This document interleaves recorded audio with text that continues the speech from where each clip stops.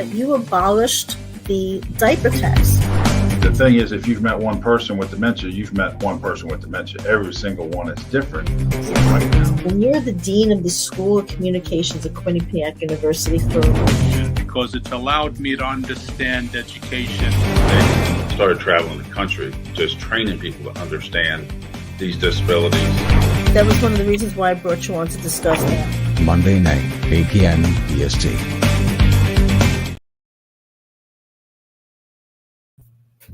Good evening, everybody. Welcome to episode number 13 of Pamela Roth Live. It is Monday, May 15th, 2023, and I am so happy to be back. We were on a little bit of a hiatus and back and ready to go. So, of course, everyone, thank you for joining us. It's the day after Mother's Day. I'm hoping all the mommies and grandmas and mommies-to-be all had a wonderful day. I know I did.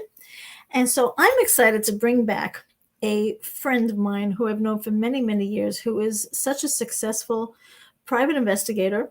He is now a 3-time book author with many other books to go under his belt, and that is John Curley. So we're going to be bringing John out here in a few moments. And to remind everybody, John, as I said, is a private investigator. He has been doing that for well over 25 years, and he has handled numerous cases, from the typical divorce case, try and find the cheating spouse, or the deadbeat dad or deadbeat mom, to horrendous cases of kidnapping and child trafficking. And so we're going to be speaking to John tonight about so many different facets of what he's done, what he's seen, and plans that he has for the future to protect children. And with the child protection laws, which I'm going to be very happy and honored to be working on with him as we try to get a bill passed up in Albany. So without any further ado, John, come on out. Good evening. Good evening. It's so nice to see you. Same here. One of these days we will be back in a studio in the same room together. But for now, we're still doing it the new 2023 way. Yes, the non-personal, be alone hermit kind of thing. Yeah. The no knocking knees under the table. Yes. So as I was telling our audience, that you are a private investigator. And from what you've dealt with over the years, from, say a typical divorce or matrimonial case, locating a spouse or a deadbeat dad or deadbeat mom, all the way through your work with preventing child trafficking and as a child advocate. So we're going to discuss everything, including your books. So whenever you're ready, you could start anywhere with any of those topics. Okay. I have been a private investigator for 36 years. I know that's hard to believe just looking at me, and you say he's way too young for that, but it's true. Well, I must have been 2 when that happened with you. Yeah, must have been. I have last year I was signed by Rough Edges Press, a division of Wolfpack Publishing, and they gave me a 3-book deal and a novel which I originally self-published in 2018. They republished, and they asked me for 2 sequels. And my writing is crime fiction, and it centers around crimes against children, much like my mentors did. And what I try to do is to bring attention to the problem of child protection, which is not being handled properly in the legal system. And that's my way of bringing attention to it. Well, I know we have 3 books, but before we start discussing the books, when you mentioned your mentor, I would love to mention his name, because I know Absolutely. How happy and proud Andrew Vax is and continues to be with the work that you're carrying on. He basically passed the torch to you, and you're running with it. Well, that's a huge, I actually have trouble wrapping my head around that. There's a lot of people that are hopefully following in his footsteps, because he spent his entire life advocating for better child protection. And he was likely the most intelligent person I've ever met the most common sense and the most logic. And he spent years objectively looking at child protection and in every way, from him going to the jungles of Biafra during the genocide as a rep for the UN, to running a prison for violent youthful offenders for 10 years, where he made the astounding discovery that every child that either derived pleasure from hurting people or had no compunction about hurting people, every single child in that institution that fit that description had significant, severe abuse in their background. So they suffered from trauma. Yes, it's part of it. Right. Not that he wasn't advocating that they be punished. Very often punishment is a part of it if they do something that warrants it, but he also advocated for making an effort to save the child sooner, which is common sense, because eventually the child's going to be out of prison. And if you don't fix what was wrong, you'll just have something worse. And he then became a law guardian, and he was a best-selling author.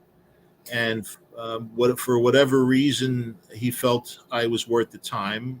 We spoke, I would say, an average of an hour a week for about 7 years.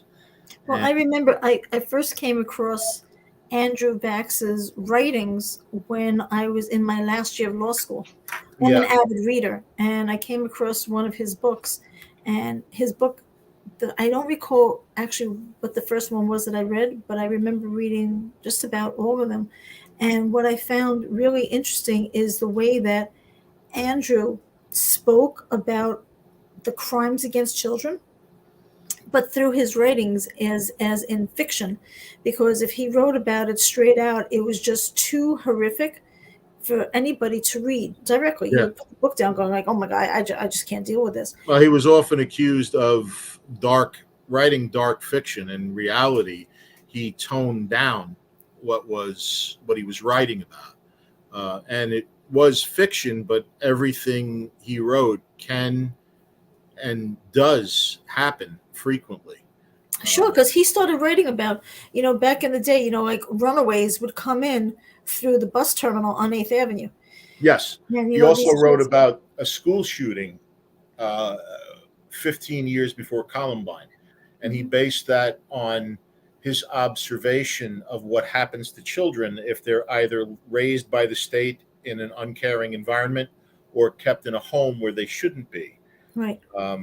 And although no one could do it as well as he did, my writing follows the same path. For example, I had a very big response to the opening of the third book, which deals with children and satanic crimes. And that book is called Harbinger. Harbingers, yes. And the account that's given in the beginning is an actual account with the person's permission. And that's what is done in all of my books. When you read some horrific story or part of the story about a child being abused, I'm taking that from someone who's been abused and given me permission, although I'm keeping their name out of it, to detail exactly what was done to them. In this case, it was a little boy who was kept in a cage under the stairs of I wouldn't call them his parents, the creatures that raised him, and they would frequently rape him on video with their friends, and they would distribute the films. So when people read that, no one can tell me, well, I'm making it up. And the idea is I also follow that with the heroes of the stories, if you will. People that I write about, some of the people that I work with, Andrew himself. If I'm going to give people the dark reality of what's happening to our children on a regular basis, they also should know it's not hopeless, and there are people out there that are working very hard to stop this from happening.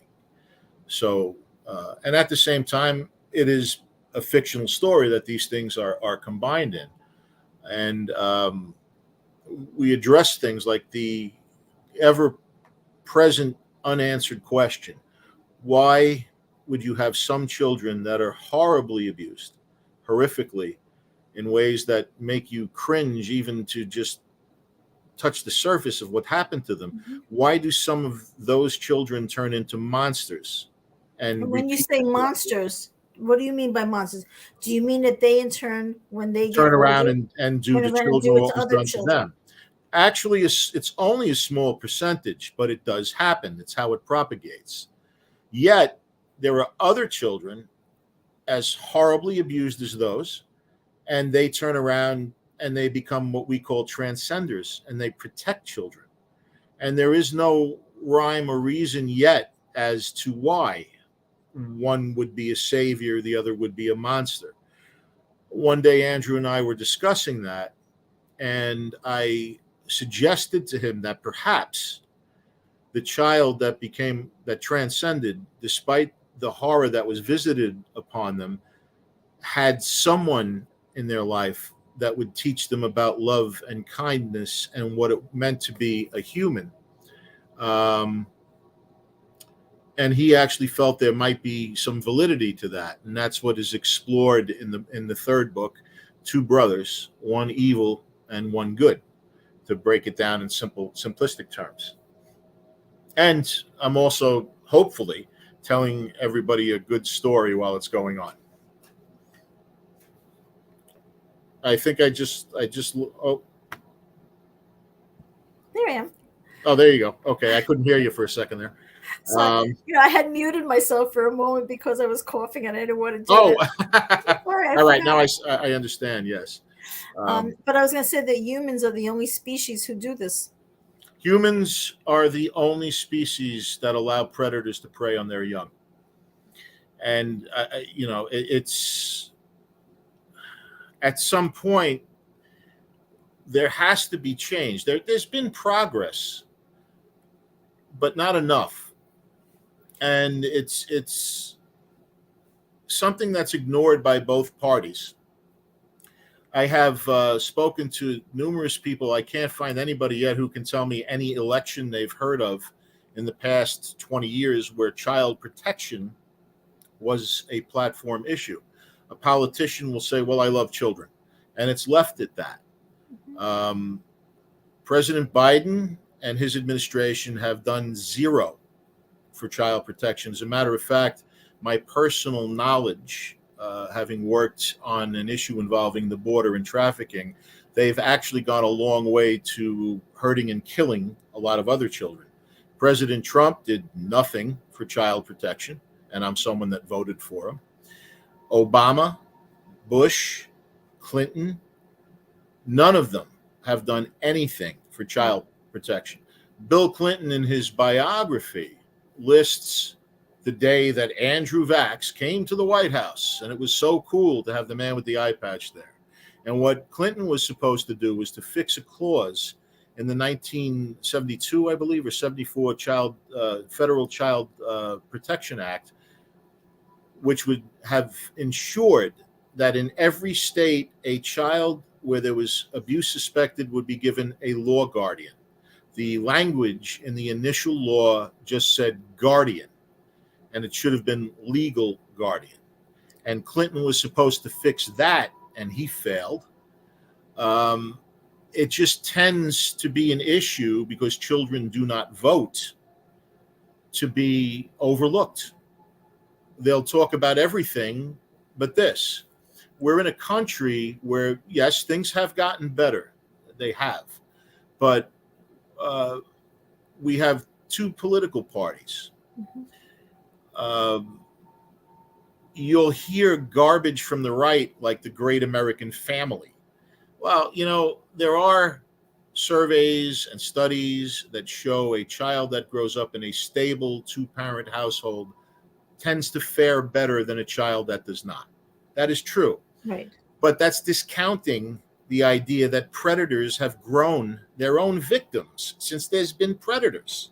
Every family was not Ozzie and Harriet prior to 1950. When I was a kid, I can remember, most kids, you did something wrong, you got beat with the belt until you bled.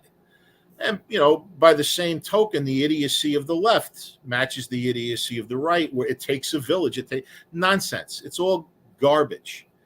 they come up with superficial catchphrases that are meant to make you think they're doing something, and they don't. And there's so much that we could do. The danger I'm finding now is when you have political parties that don't just ignore the problem, they contribute to it. For example, one of Andrew's most beloved characters, and I think one of the greatest people he's ever written, was Michelle. Michelle was transitioned male to female. He actually she fully transitioned. One of the best characters you'll ever read. You just love her. She was a natural born mother. She took in a child off the streets that his main character Burke had found, and she was a wonderful character.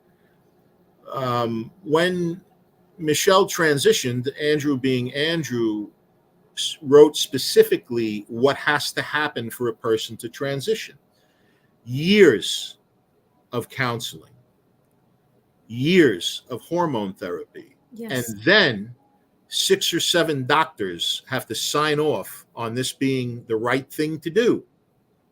Now, with those precautions, one of the few studies done that followed people who transitioned as adults, they have a suicide rate that is 4 times higher than normal. Flash forward to today, and we have people that are advocating for gender reassignment surgery for children. When I was 5, I wanted to be a fire truck. Well, thank fucking God nobody put oil in me. When I see this, I saw a video of this imbecilic woman speaking in front of a large group of people and incredibly full of herself, saying she knew that her 18-month-old son should have been born a woman because he wanted fingernail polish when he saw it being done to his sister. If I could have reached through the screen and struck her, I would have. It's the same people that were advocating for female genital mutilation and claiming it was customary for certain people. That's the removal of the clitoris for a female child. Mm-hmm. Yes. I can tell you that the only thing is that, John, they do that in some cultures. Yes, but it's not. If there's to quote Andrew, if your culture requires the mutilation of a child, we don't need your culture on this planet. No, it's not as a well. They do it. You're right. As a 13-year, and I know it happens in a lot of these African nations, because there was a former client of mine who came from an African country, and that's something that the tribesmen do to a girl when she's 13, because for the purpose of a woman is not supposed to enjoy sex. She's only supposed to have sex for the purposes of procreation. Yes. And you'll find the same people that were advocating people be allowed to do that here are now advocating for children to have sex. We're talking about giving drugs that were originally designed to fight cancer, that were sometimes used to chemically castrate male predatory pedophiles, being given to prepubescent children. You have to be out of your fucking mind if you want something like that for a child. And this is where people have to stand up and hold their own accountable. If you're a Democrat, for example, and somebody in your party says we should do this, it's your goddamn job to stand up and say, hey, I'm a Democrat. That's wrong. We're not going to do that. We're wrong. not going to use. It's wrong on so many levels. It is. It's wrong whether, no matter what party you are. No, the reason I'm mentioning party is because this is a movement right now en masse to do this. Colorado has declared itself a sanctioned state, a sanctuary state for children to undergo sex reassignment. It's insane. When you see these things happen, it's like the cause of child protection is being dragged back 100 years. It can't be allowed. And we need people to stand up on both sides. And right now, we're in an extraordinarily polarized country.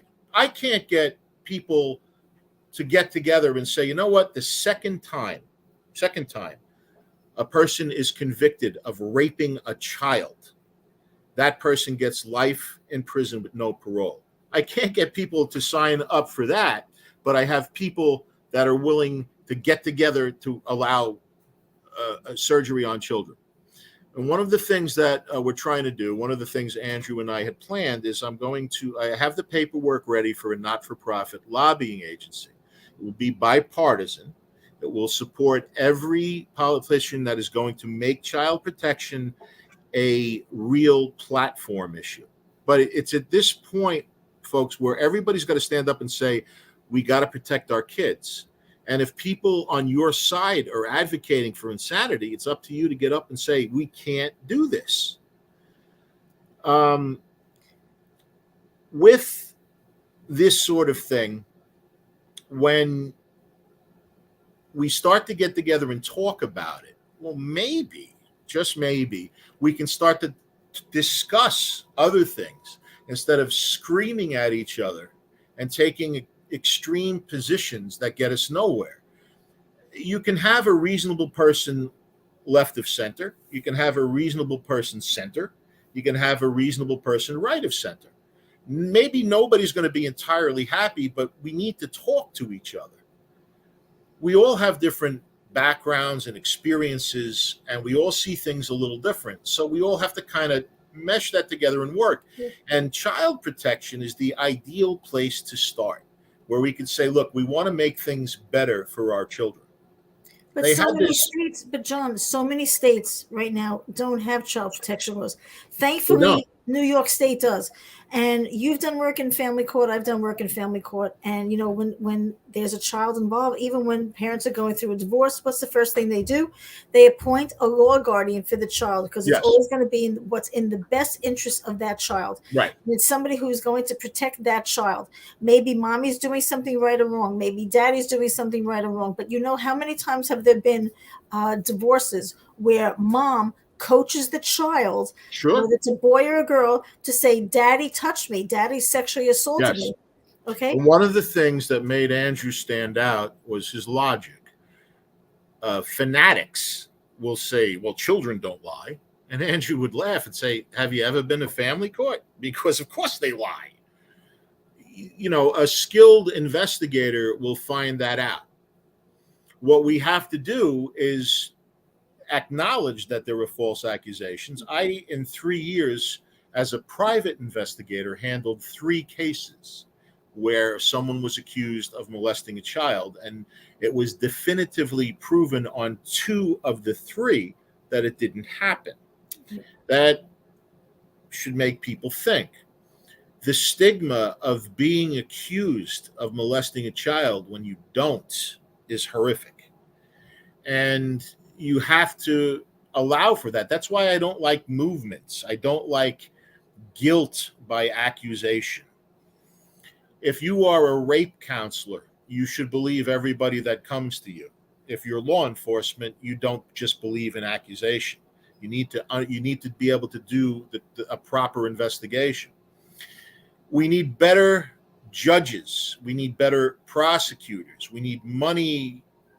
If we're going to spend money, it should be funded on their education. A huge bone of contention for me was the most recent appointee to the Supreme Court. I watched the testimony with the woman. Andrew wrote an extensive article. Kentanji Jackson, is that her name? No, I'm saying, who are you referring to? The most recent Supreme Court judge, the one that was nominated by Biden, Kentanji Jackson. Oh, yes. I'm sorry. Okay. Andrew wrote an article for Parade Magazine, I believe, and it's on his website, and it's called "Let's Stop This Terrible Crime Against Our Children." He details in that article, all factual, how you will find the freaks that rape children and film it, child pornographers. They will actually claim it's a First Amendment issue. Well, the Supreme Court already spoke on that. No child can give consent. So every instance of child pornography is the evidence of the rape of a child. It is not a victimless crime. The woman that was appointed to the Supreme Court, her position on it publicly was, well, it's so readily available on the internet, the penalty shouldn't be that severe. That is goddamn insane. That is virtual collaboration with child pornographers. It also, the article that Andrew wrote, has a direct link to a study, one of the few studies that was actually done, that proves if you watch kiddie porn, there's like a 95% probability you're also going to rape children. So we need to approach child pornography for the seriousness that it is. Okay. And again, that goes, look, the other guy that was appointed before that, Andrew and I actually had a very long conversation about it. It was in a Kavanaugh? Kavanaugh. Yes. I personally thought Kavanaugh was an idiot. I didn't like his decisions, and neither did Andrew. Not for 1 second did I believe the woman that accused him. As an investigator, that was the most absurd thing I've ever heard. But I thought he was an awful choice for a Supreme Court judge, and Andrew felt the same way. And I said so, if anybody asked me. Now, I tend to vote conservative myself because I believe not socially. I don't care what adults do. Consenting adults do. It's nobody's business. I'm conservative because I feel money should be far better spent than how it is. You have to stand up when something like that happens and say, you don't want a judge on the Supreme Court of the United States that believes that it shouldn't be a huge penalty for downloading child pornography because it's so easy to do. Well, I can take a gun and stick it out my window and I could kill people, and that's so easy to do.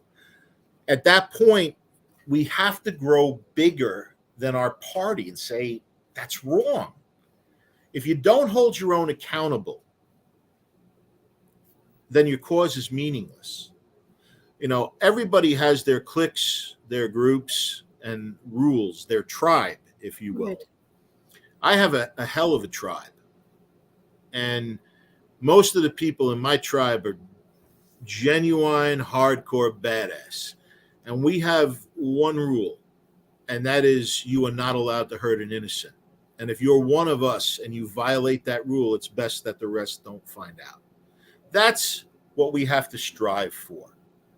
If you people make mistakes, and you have to be able to say that was wrong. I can do better than that. And that's something that's lacking today.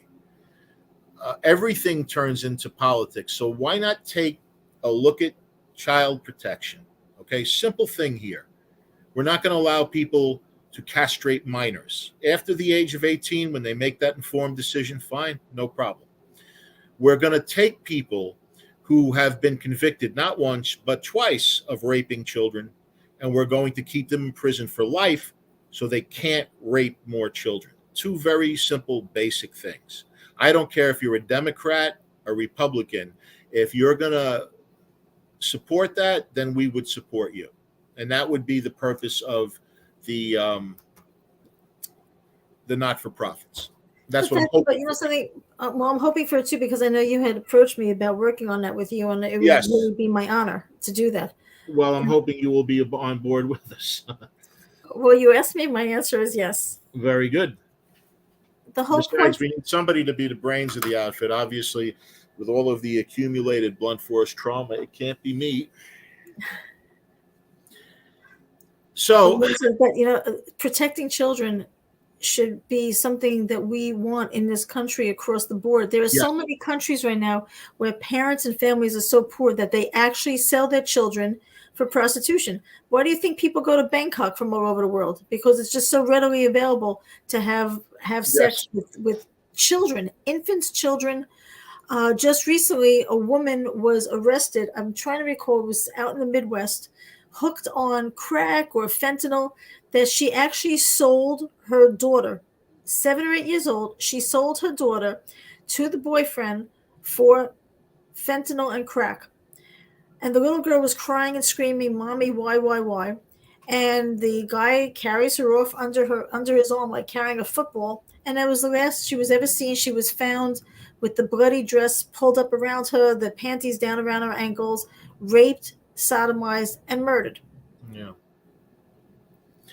So It's something that would be so easy to stop, or at least to not stop. I don't think it can ever be stopped, but it can be made the exception and not the norm.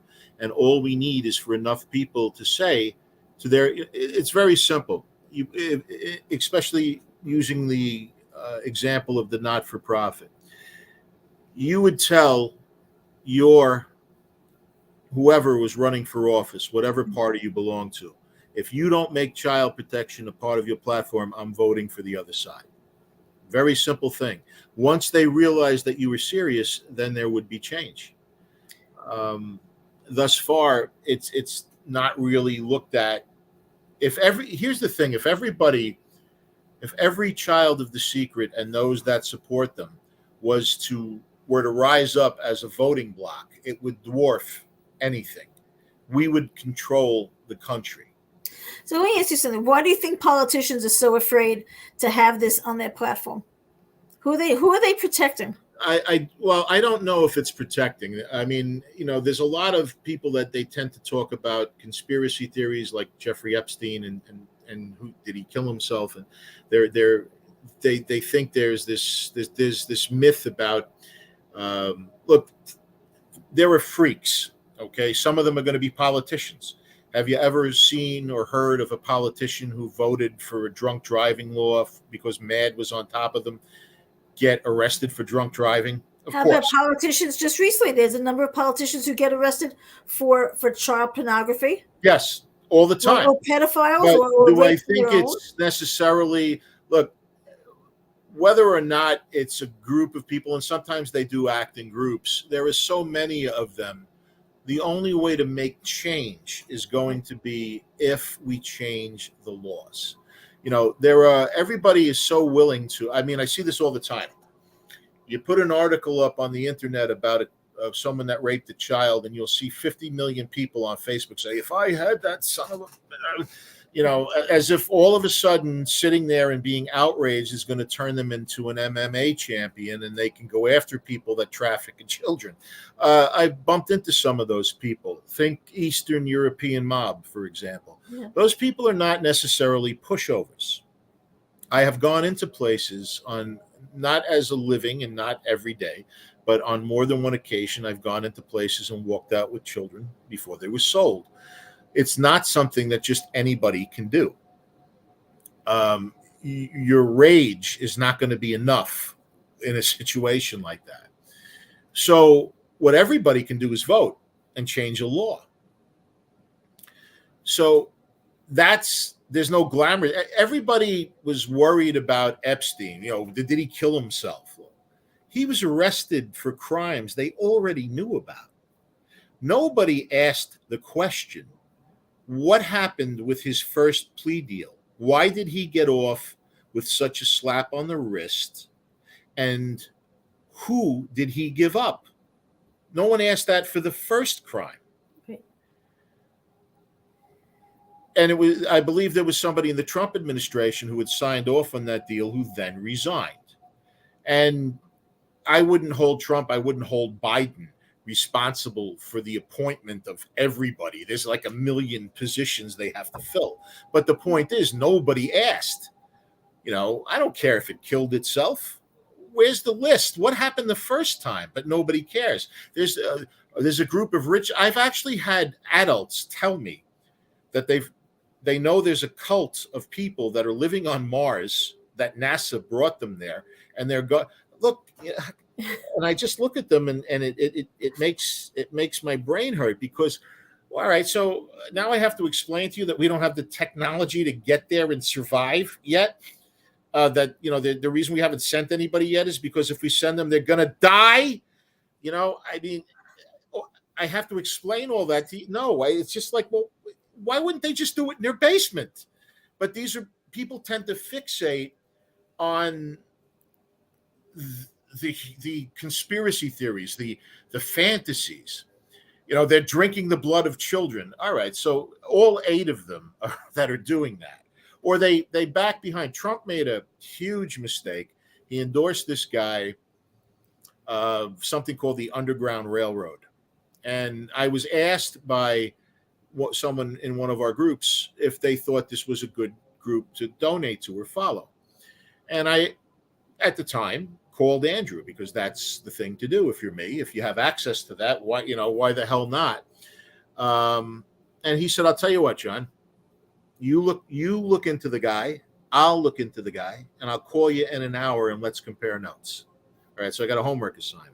So it turns out that this guy has on his website, he belonged to this elite unit, and you have visions of him parachuting into places and rescuing children. And by the way, the people that do that, great. We need them, okay? And that he's rescued 5,000 children. Right. And then on the website, it goes from 5,000 to 2,000 or 3,000, and there's no explanation why. And then further in the website, it's that they furnished information to law enforcement, and that's how they rescued the children. All right, so that's okay. 5,000 or 2,000 or 3,000 is nothing. It is a literal drop in the bucket. So, all right, if they're really doing that, great. But you look a little further, and you find out that there was criticism because a member on the board of directors showed up at this place in California where they were looking for a missing girl and was socially awkward and was coming on to people and caused problems. And then a guy writes in a crime blog, a 4-person little rinky-dink crime blog, that he wants to see the paperwork on this not-for-profit, the Underground Railroad. What happens? A law firm sends him a letter, cease and desist. It's a not-for-profit. You're supposed to be able to look at these papers. They requested them, and they were warned off by a law firm that also represents a church where the members think it's okay if you were to say to your neighbor, you want that 16 acres of land I got? Well, your daughter's going to be 16. Let's do a trade. Same law firm that represents that church representing the guy. So in the end, do I definitively know what the story is? Could it be something other than what it appears? Yes, but there are certainly better things for me to support than that. It's the idea of I want to be a hero. And I speak of this with personal knowledge because with Andrew, he taught me a very valuable lesson when we were first interacting. He had posted something and about some child molester. And I wrote underneath it, if I had that son of a bitch in my basement, I'd hang him up on a heavy bag and I would, whatever macho bullshit thing I was going to do to him, just like everybody else does. Yeah. And he responded and said, well, what good does that do? And I looked at it and I was annoyed. I was angry. God, the ego of me. Andrew Vax. Aren't you Andrew Vax? Don't you hate these guys? So I wrote back, what do you mean? He said, well, what good did you do, John? Do you feel better about it now? And I said, yeah. So you kind of vented and you feel better, but what good did you actually do for children? Zero. You took that energy and you wrote a letter to the prosecutor that was going to be prosecuting this mutt that raped the kid. Then you did something. And if you got 100 of your friends to write that same letter and tell him, hey, guess what? I vote and I don't want a sweetheart plea deal, then maybe you did something. But that's not where the glamour is. That's not where everybody wants to be. And this is the internet, where if every threat that was made came through, we would all be standing waist deep in blood right now. So let's get to actually helping those kids. And the way to do it is with the law and people getting involved. And if you spend 15 minutes a week, maybe reading one of his articles, writing a letter, you've done more for the cause of child protection than just about anybody else. You don't have to dedicate your life to it. Just be with us and make them a concern. Not your only concern. Save the whales, whatever else you want, but make kids at least part of what you're concerned about. Okay, speaking of which, you and I had discussed something weeks ago with regards to Florida and to Governor DeSantis. There's no child protection laws in the state of Florida. I don't know. I wouldn't say there are none, but they're awful. And I happen to like Ron DeSantis, but the child protection laws are awful. And the law that they just passed, that child molesters get the death penalty, That is bullshit window dressing. That is designed to take your mind off of all of the other issues. Children, if you are accused of raping a child and you cannot afford one, you are given an attorney, and you should be given an attorney. Okay? But the kids in Florida, where they suspect they have been raped, do not have law guardians. That is wrong. Okay? I would happily vote for Ron DeSantis if he ran for president, but if the other side said they were going to do something about child protection, they would get my vote. And I'm in the minority here. But there are so few states in this country that actually provide for law guardians And when they protect children. Not enough, for sure. And even the states, look, there are law guardians in New York that are atrocious. The CLE needs to be improved. In general, people's knowledge needs to be improved. The court itself, we don't have a justice system. We have a legal system.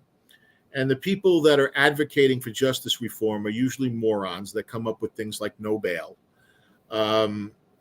These are not real changes. These are fantasies, all right? They're not what people should be doing. And the people that should be asked are never asked. You should make children the concern of the legal system. That is part of transforming a legal system into a justice system. Let's take the focus off of the war on drugs, which has been lost since it started, or let's modify it, and let's make crimes against children the focus. That should be priority, because they're only children for such a short period of time. Very short period of time. And then they become of age to vote. Yes. And nobody's protecting their interests. No. So either they're going to stay so that they can vote, or if once they commit crimes, like you said, if they become monsters on their own, they then are going to turn out to be part of the system. Yes. And nobody's helping them. And now if they go into foster homes, then they age out eventually. Yes, I agree. And there's no provisions made for them. It's too much of, just going off topic for a minute. Okay, so let's make abortion illegal, force somebody to have a child. If you don't want the child, give it up for adoption. So you put a child in any one of these homes or these adoption centers. And like I said, not everyone gets adopted, because majority of people don't want to adopt a 10-year-old, a 14-year-old, a 16-year-old. Yes, and and unfortunately, it's an extremely difficult subject. Firstly, I'll say this: there are people I know who genuinely don't believe in abortion. It's their right. I don't agree with that personally, but it's their right. But these are also people whom I judge to be good people because they are concerned about those children that are still here. But if you are against abortion and you don't give a damn about the kids that are there, those 14 and 16-year-olds, then it's not your belief in God. It's your control issues with women. One of the last conversations I had with Andrew was, I had said to him at the time, I had issues with things that were going on. I said to him, the idea of this critical race theory being taught to children, essentially breaking it down that white kids are evil and black kids are stupid. I said, one of your founding principles is there is no child born bad. And why aren't you mad at that? And I said, the hormone therapy for children. And at the time it didn't have the prominence that it has now. And then he did that sigh that he used to do. John. And as soon as he said it like that, I knew I had overlooked something. And he said, I spent the morning talking to different politicians in Texas, telling them about the dozens of cases I had where there were girls, 10 and 11, impregnated by their fathers. Or stepfathers. Or stepbrothers, and how they don't show at 4 weeks. And for God's sake, you need to make a provision in this draconian law that you're about to put forward so that these children aren't at risk of death, which is what happens when you're 11 and you give birth to a child. He said, that's what I am working on. He said, if it were up to, he said, he said, as far as what I mentioned, he said, there is no child that if it was in my care that I would allow to be taught that garbage, that I would allow men dressed as women to gyrate in front of kids and sexualize them. And I would certainly not allow a child under my care to be given hormones. He said, I don't believe that's a big problem right now. If it becomes one, he said, we will do something about it.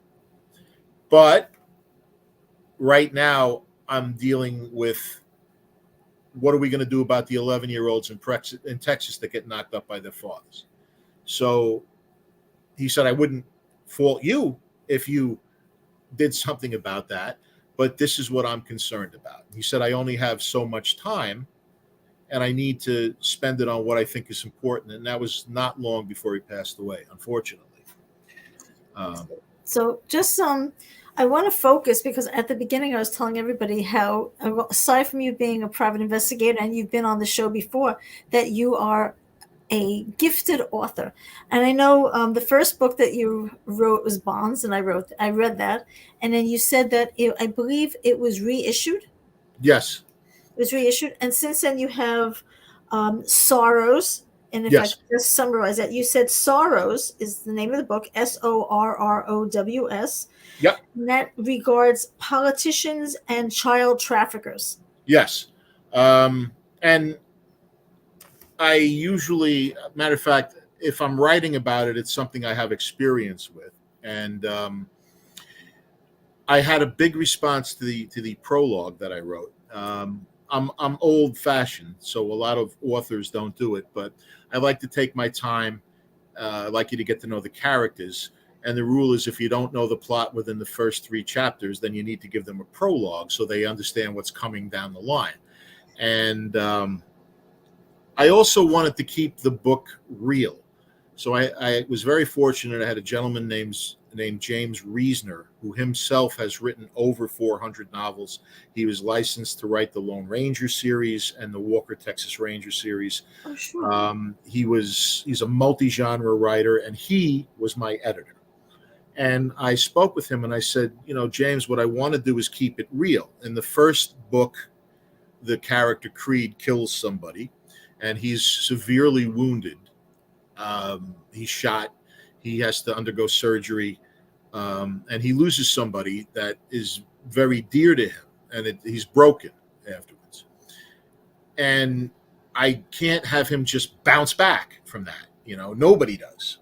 And I need for him to, he can't just keep killing people because, this is New York. If you're a cop and you shoot somebody and it's righteous, they still desk you. If you're a PI and you start killing people every book, I don't care if it's on tape, they're going to ride you out on a rail. Right. And he said, a vigilante. Right. And that's not this character. He's not a vigilante. He stays within the rules, not above killing somebody if the situation it properly calls for it. And he said, you would need something extremely intense. And if you don't want to piss off the readers of the genre, which is crime fiction. And at that very same point in time, I have a friend of mine who's a columnist, Stephen Brown, brilliant man, wears a kilt. It's actually a skirt, but he says it's a kilt, who had sent me this movie, an old movie, a 1970s movie with Rod Taylor and William Smith, and it was called Darker Than Amber. It was a Travis McGee novel that had been made into a movie. He said, did you ever see this? And I said, no.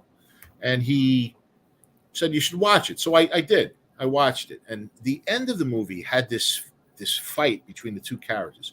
And my God, was it horrific and so violent and real that all of a sudden it brought back this memory as one of the characters throws another character through a wooden door. And I'm all of a sudden back in 1989, and I'm very young, and I'm working for Virgin Security Services at the time. And I also worked as a bouncer in bars on the weekends to make extra money, but you weren't technically allowed to do that because it was a Virgin company. It's actually an employee manual that was like 150 pages long, and you weren't allowed to work for anybody else, but I did. So the guy that I'm working for, an ex-cop, calls me one day and he said, "Would you like to work tonight?" $100, $100 in 1989 was a lot of money. I said, Yes. "Sure." He goes, "Well, this lady, very nice lady, her husband beat her up. He's in jail. You gotta sit with her for tonight, and her brother's going to pick her up and take her out of town tomorrow." That's an easy job. I'm young and I'm strong. I'm in great shape, and it was $100, So I get my little overnight bag and I go bebopping into this guy, this house, beautiful house in Queens, very nice area. And if I had no experience, and if I had experience, I might have looked up and down the block, and I might have seen the husband who had gotten out sitting in his car watching me go bebopping into his house with my little overnight bag. She's in the kitchen, beautiful Italian woman. I was in my early 20s. She was, in her 40s. She's gorgeous. And I'm talking to her and she's cooking and it smells like an Italian kitchen. And all of a sudden, the front door explodes, off the hinges, split in half. And there is this I'm 5'10", and at the time I was actually fighting, I weighed 225. He's about 6'3", 6'4", a good solid 270. And he was a power lifter. And he breaks into the house, looks at her, and says, "I knew you were fucking somebody." And I was like, wait, that's not what happened here. And we went at it. And I'm yelling at her to go call the cops, and she runs into the bedroom and barricades herself into the bedroom. And it was one of it's funny now, but I assure you it was not funny at the time. He actually almost choked me unconscious. I took a big chunk of skin off his face when I tried to gouge out his eye as he was almost choking me unconscious. And he literally picked up my 225 pounds and threw me through a wooden closet door. Very nice house. It wasn't particle board. It was wood. Trust me, I know it was wood. You went through it. He goes barreling after her. I pull myself up, and he's trying to get into the bedroom, punching the door. And I got there, and I remember going to work on his kidneys. And the next thing I know, I'm being handcuffed as I'm lying on the ground. And the woman is screaming, no, that's my bodyguard. And the cop, and she says, "That's my husband." And they, he was out and I was out. And I tried to sit up, and the cop pushed me down, and my nose was broken, so I couldn't breathe. And I was like, "You got to sit me up, man. I can't breathe." So he sits me up. And the first thing I saw when I looked up was there was blood all over the ceiling. And I just kept staring at it. And I'm asking him, "How do you think we got blood on the ceiling?" And I looked down at my shirt. And I had been wearing this really nice, the only one I owned, white dress shirt.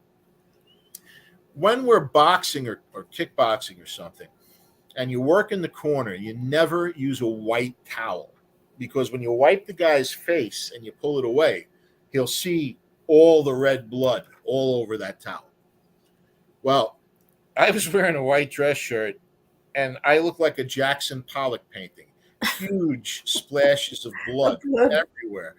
And the cop is saying to me, he was asking me things like, what year was it, who was president, and I couldn't tell him. And he's like, "Dude, you're going to the hospital." And I got out the next morning, and I lost my job at Virgin, by the way. My old boss, John, and his boss, Jeff, I never told them what happened, and they know now because of the book. But I lost my job. Had a concussion, 2 broken ribs, broken nose, and I have a nice cut, which is inside the hair on my eyebrow. And I was bad. He was just as bad. And fortunately, he died around 208, 210. Right. I say fortunately because I knew as soon as I found out he died, because I used to check on him to see where he was, that round 2 was never going to happen, at least not for a really long time. So what I did was I took that entire incident and I put that as part of the climax in the second book. And Right. So that's the book Harbingers. no, that's Sorrows. Oh, Sorrows. Oh, my Yes. apologies. And the Yes. third book is Harbingers that you touched Yes. upon earlier regarding satanic crimes and child protection. Can you tell everybody and myself where can we purchase these three books, Bonds, Sorrows, and Harbingers, all written by John A. Curley? You can buy them at Amazon. You can buy them at Barnes and Noble. They're in various different bookstores, but I guess a lot of people just go right to Amazon. If you put my name, John A. Curley, into the search and you use the word Bonds or one of the other books, it'll bring you right to it. And the books are starting to sell fairly well, and we're hoping that there'll be an audio book and another series on the way. I'm actually working on a few things now, and we're gearing up to do some signings and such. I was recovering from surgery earlier in the year, so I haven't been able to do many signings, but we're going to start doing them soon. But just out of curiosity, for a little levity, it was not sex reassignment surgery that you had. No, it was certainly not sex reassignment surgery. No, no. But I'm all better now. Okay. Much to the chagrin of people that don't like me, I'm all better now. Now, is there any possibility that from any of these three books, that any of these you think could be turned into a movie script? We actually have a group of people that I have been speaking to, and hopefully we're going to be meeting soon, where we sort of envision that happening. Mm-hmm.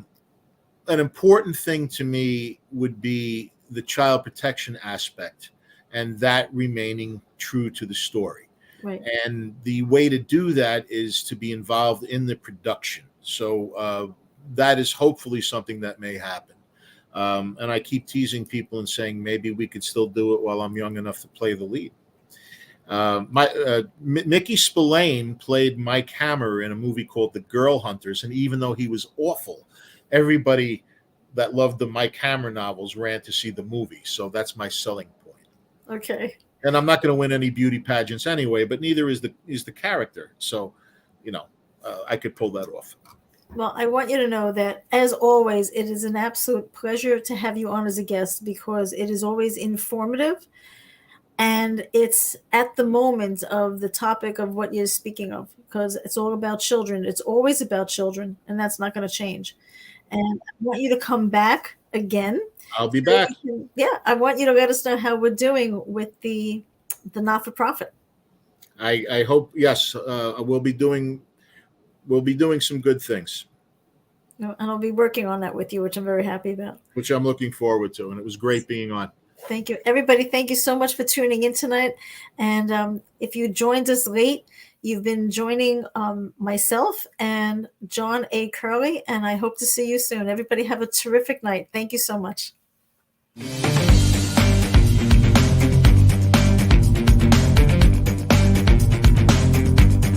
This broadcast is produced by Griffo Productions.